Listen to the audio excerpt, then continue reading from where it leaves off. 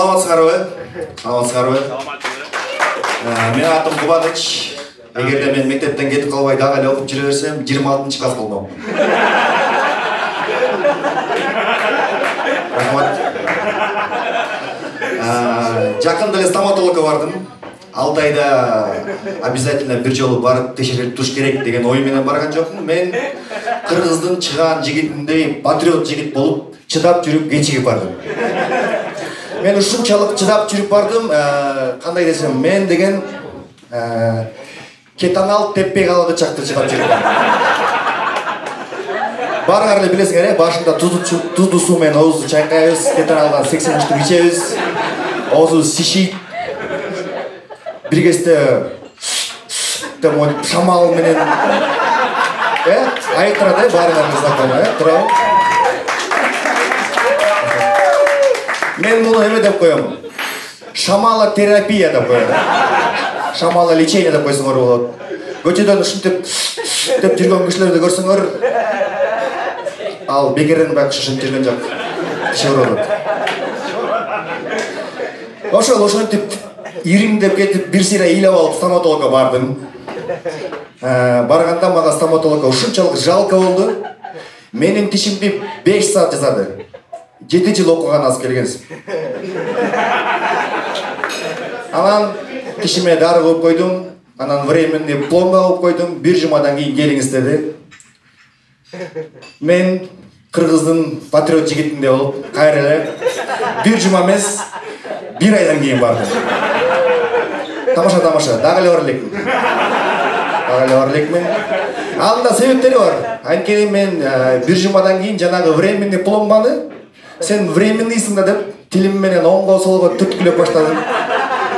Түрткүлөп чыгарып алдым пломбаны. Бери чыгарып алып тилим менен жонглировать этип аны. Бияка алып көрүп, кайра ордуна тыгып коем. Ошентип жүрдүм. Анан ошону тамак менен жутуп алдымбы, я түкүрүп салдымбы, ким билет, короче. Жакс билет.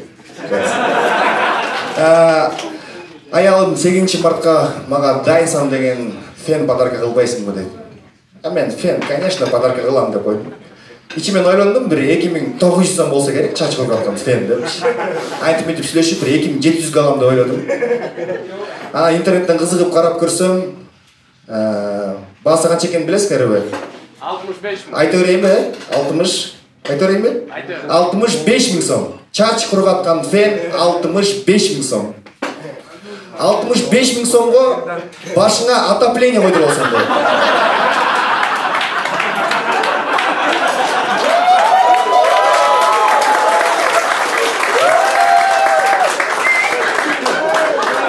Теплый пол дегендей, теплый баш койдуруп алсаң болот. Ваннадан чыгасың, бурап коесуң, чачың бурап калат. Кышында да жакшы кете бересиң, күйгүзбөй.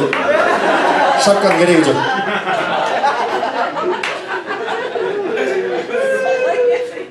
Анан айла жок. Алып берем дедим, бирок бир условия менен дедим. Ай сайын баягы шоуңду көрсөтүп турасың дедим. Полотенцаны алып туруп, мондай каткоп.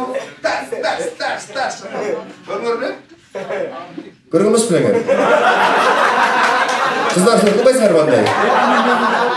Мен аялым эле кылчу эле, апам деле кылчу. Эшикке чыгат, полотенцаны оройт и кетти. Ошол. BTS деген корейский K-pop группа бар. BTS. Эжеке көрөт экен. Ошол группадагы жигиттердин сүрөттөрүн аялыма көрсөтүп, карачы могу кандай красавчик, карачы монун прическасын, карачы монун кийингенин деп эле аларга суктанып эле мага күн сайын 2 маал жашоо турмушун айтып бере берет да. Мен деле макулчу деп поддержка кылып угуп кое берем. Макул, деп коем кээде. Койчу деп салам кээдечи. Ай деп коем. Поддержка кылып да. Мен аларды жакшы эле билбейм, мен көп болсо деген Намжунду тааныйм, лидери. Ким Сон Жин жакын эле армияга кетти. Тэхён эң симпатиягасы. Гичису Чонгу, Чимин, Хосо и Псай Менердан Шуга. И армия фанаттары. Ошоларды эле билем, башка эчтеке деле билбейм да. Ошол анан аялым экөөбүз кино көрүп отурабыз. Кино көрүп отуруп, Дженнифер Энистон деген актриса чыгып калды. Ошону көрүп мен ушул мага жагат деп айтып алдым. Эмне болуп айтып алганымды билбейм, ушул мага жагат деп айтып алдым да. Айтканда эле резко аялым мени карап да кандайча жагат деди.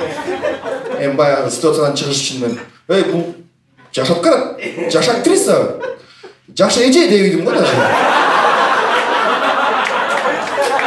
Ошол ситуациядан чыгып кеттим. Ал күн да өтүп кетти. Анан бир күн эле аялым настроение чыгып кестерди. Чай куюп берип коесуң десем, Дженнифер куя албайт бекен.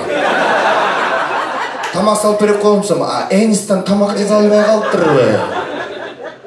Öyle ушинтет. Ошондон кийин мен интернеттен болобу, же кинолордон болобу, ошол Дженнифер Энистонду көрүп калсам, кадимкидей жаман болуп кетем. Как будто бир күнөө иш кылып аткандай болуп. Даже силерге азыр айтып берип атып, азыр жаман болуп атам деп. Мен дагы ответ таап алдым. Пускай Техон үйгө этап келсин деп. Намжын бар балдар жеткизсин садикке. Чимин свет акчасын төлөп койсун пускай. Жаңы үйлөнгөн кез балдар менен даңкыга шаурма заказ бердик.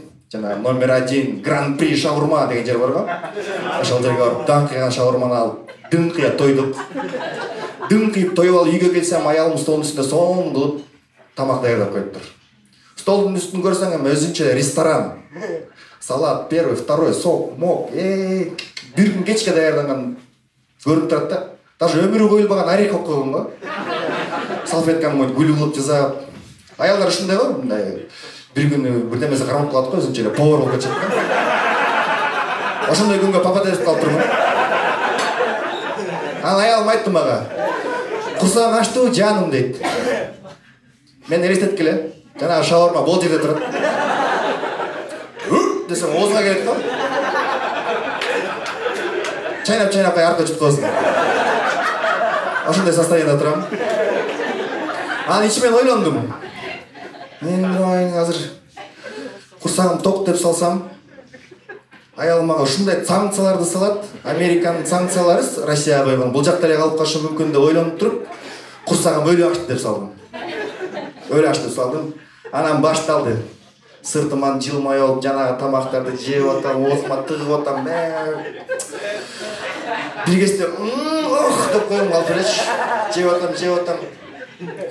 Бир кезде жаман болуп түштүм, көзүм караңгылап.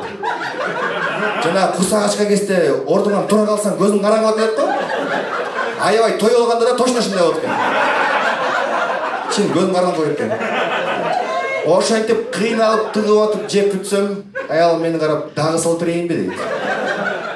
Ичимен кайра ойлондум. Бул эмнеге күн сайын 2 порциядан жеп аткан шүмшүк бүгүн 1 порция жеп калабы деп ойлоп калабы деп туруп, экинчисин алып, экинчисин да жеп салам. Ошол урматтуу айымдар, келе жаткан майрамыңыздар менен эркектер, сиздер үчүн любой, короче. Чоң рахмат, силер менен болгон кубаныч.